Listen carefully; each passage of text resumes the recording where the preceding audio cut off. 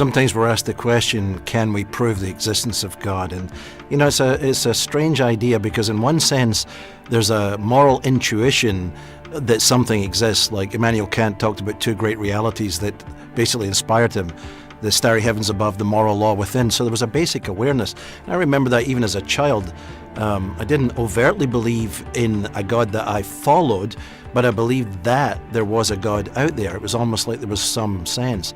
So can we prove that God exists? I think there are evidential trails, but not proof in the sense of a mathematical proof like 2 + 2 = 4.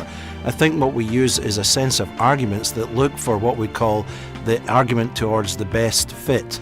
Cumulative case arguments. So we look at various things, like in a murder case, or a case trying to prove the issue of the guilt of someone in a crime. You have to gather evidence from many different pieces, and the cumulative case argument adds up. In that sense, I think we can point towards the existence of God, the probabilities, but it's not the same as a mathematical. In the beginning, Hindus believed Ganga flowed in the heavens, but she was held captive by the creator god Brahma. Then Brahma decided to send the river Ganga down to earth. But there is one problem, that Ganga has got such mighty force, and if she comes on the earth will drown. So the god Shiva blocked Ganga's fall, gathering her waters in the locks of his hair. So Shiva just opened one lock of his hair, and the Ganga flowed. She's the mother, because she gives birth to everything. This holy river came from the river in heaven that we call the Milky Way. They say that Milky Way actually is a reflection that you see in those waters which are still beyond. Scientists have dated the universe to about 14 billion years, best we can figure.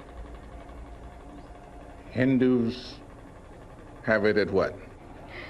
Hindus do not believe in one creation. They say that these are cycles of creation. Okay. And the primordial creation could be something like 8.6 billion years ago. Actually, this whole creation myth is very difficult to comprehend, because we say that gods like Brahma has created the universe, but then they ask a question, who created Brahma? Right. And That's then always a question. The creation happened and then the gods happened. they say that the sages, when they were in their trance, they got that revelation that how the creation happened. But since it is in that level of consciousness, you and me, we commoners, will not understand it. So we believe that If by prove we mean equating it with 100% certainty, then no, we cannot prove with 100% certainty the existence of God. But is the existence of God the most probable explanation for all that is? I think we have reasons, we have arguments that have come down through history that make the reasonableness of God and God's existence very, very probable and likely. What do we mean when we say prove? Everyone should have a certain level of certainty that they're looking for, and 100% certainty is just out of the question. We can't be 100% certain that we even exist. We can't have 100% certainty that we're even here when we're talking from a philosophical standpoint. So the question is, how much certainty are you willing to have before you act or believe something? And that's what we need to come up with, thresholds of certainty. What is the most coherent explanation? What's the best explanation for the world around us? And if we look at it from that perspective, as we do everything in life, then we can have very good reason to believe that God exists. Most of the time when people ask that kind of a question, they're looking for the type of proof that we really only find in mathematics and maybe some of the hard sciences.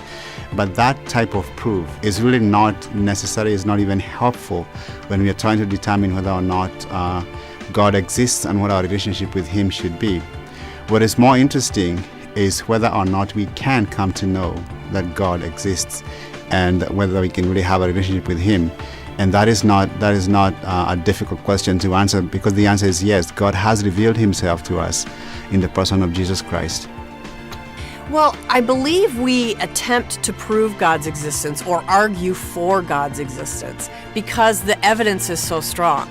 It's so compelling that it seems almost illogical to argue against God's existence. So again, if somebody sets out to prove God's existence with 100% certainty, they're likely to be disappointed. But if they set out to show the reasonableness for the existence of God, then I think there are very strong arguments that can be made, and we can have some degree of satisfaction with that. There is grounding, there is a foundation for belief in God.